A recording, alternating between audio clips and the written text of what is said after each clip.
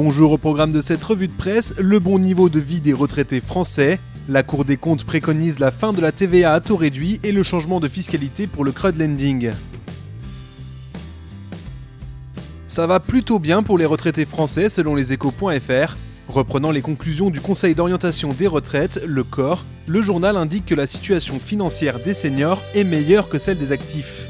Leur niveau de vie atteint 105% de celui des autres ménages. Avec une consommation à peu près égale, les retraités profitent d'un patrimoine plus conséquent que le reste de la population française. Mais la donne risque fort de changer, comme le note lemonde.fr.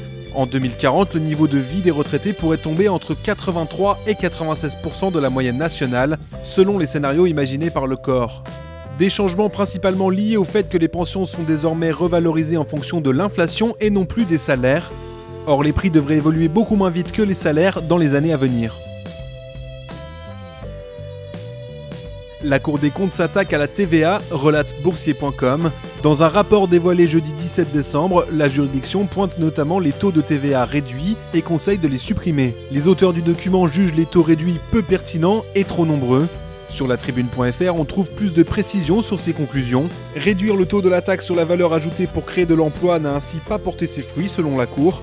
Surtout, cela a coûté trop cher à l'État qui aurait dû privilégier une baisse des cotisations sociales, solution plus économe selon l'institution. De même, la TVA intermédiaire à 10% sur les travaux de rénovation profite davantage aux ménages aisés et ne serait pas assez redistributive.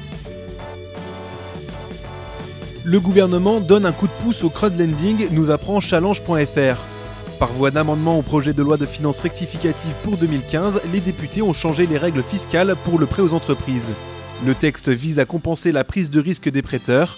Concrètement, si l'investisseur prête à 5 entreprises via une plateforme de financement participatif et qu'il subit une perte en capital sur l'un des prêts, il pourra la déduire des intérêts produits par ses autres placements. Cette disposition entrera en vigueur au 1er janvier 2016, indique toutsurmesfinances.com, mais ce changement de fiscalité ne concernera pas tout le monde. Seules les plateformes possédant le statut d'intermédiaire en financement participatif ouvriront ce droit à leurs prêteurs. Les sites qui proposent d'investir avec des bons de caisse permettant de prêter plus de 1 000 € par projet sont privés de ce cadeau.